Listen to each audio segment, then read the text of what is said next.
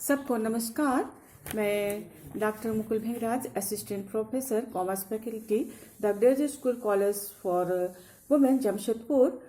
मैं आज PG semester 3 को, जिसमें मेरा टॉपिक है फेरा and FEMA in India, Bharat में फेरा और फेमा। हम देखेंगे ये फेरा क्या है। फेरा जो है वह सन 1997-98 के बजट में सरकार ने फेरा 97 के स्थान पर फेमा अर्थात विदेशी मुद्रा प्रबंधन अधिनियम को लाने का प्रस्ताव रखा और दिसंबर 1999 में संसद के दोनों सदनों द्वारा फेमा प्रस्तावित किया गया था। राष्ट्रपति के अनुमोदन के बाद 1999 में फेमा प्रभाव में आ गया। फेमा के तहत विदेशी मुद्रा से संबंधित प्रावधानों को संशोधित और उदार बनाया गया ताकि विदेशी व्यापार को आसान बनाया जा सके। सरकार को इस बात की उम्मीद है कि फेमा विदेशी मुद्रा बाजार को अनुकूल विकास प्रदान करेगा। विदेशी मुद्रा विनिमय अधिनियम फेरा 1973, विदेशी मुद्रा विनियमन अधिनियम फेरा 1973 में लागू किया गया था और यह 1 जनवरी 1974 को यह अस्तित्व में आया। इस कानून की धारा 29 भारत में बहुराष्ट्रीय कंपनियों के संचालन से संबंधित है।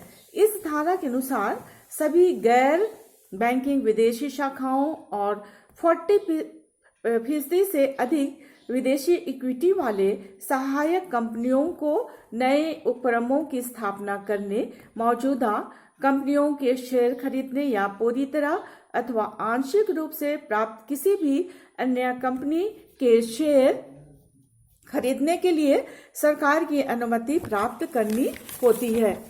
यह नियम भुगतान विनिमयन के कानूनों में संशोधन करने उसे मजबूत बनाता है।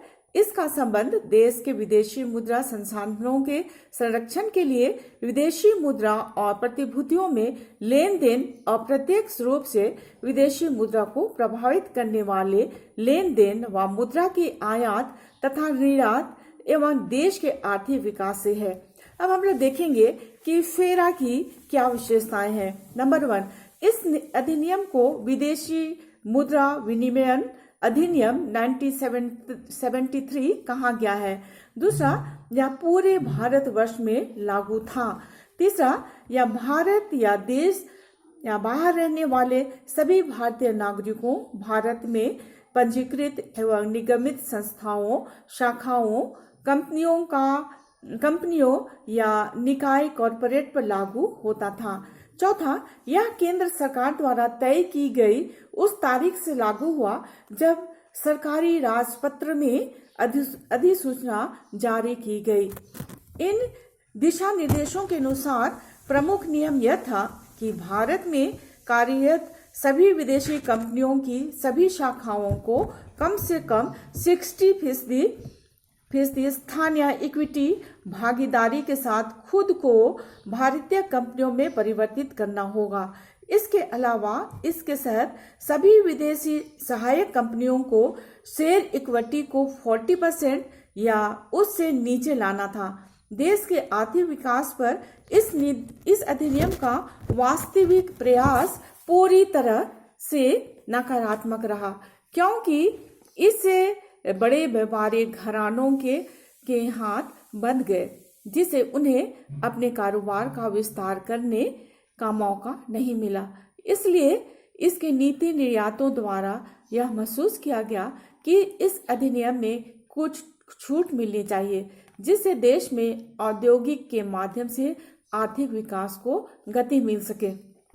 विदेशी मुद्रा प्रबंधन अधिनियम फेमा 1999, विदेशी मुद्रा प्रबंधक विधेयक फेमा को भारत सरकार ने 4 अगस्त 1998 को संसद में पेश किया गया था। विधेयक का उद्देश्य विदेशी व्यापार से संबंधित कानून में संशोधन के जरिए इसे मजबूत करने के साथ विदेशी व्यापार तथा भुगतान की सुविधा को सरल बनाना था।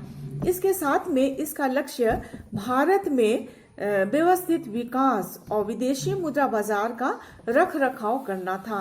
विदेशी मुद्रा प्रबंधन अधिनियम अर्थात फेरा के विभिन्न उद्देश्यों के बीच इसका एक महत्वपूर्ण लक्ष्य विदेशी मुद्रा से संबंधित सभी कानूनों का संशोधन और एकीकरण करना है। इसके अलावा फेमा का लक्ष्य देश में विदेशी भुगतान और व्यापार को बढ़ावा देना है। विदेशी मुद्रा प्रबंधन अधिनियम फेमा का एक अन्य महत्वपूर्ण मकसद भारत में विदेशी मुद्रा बाजार के रखरखाव और सुधार को प्रोत्साहित करना है।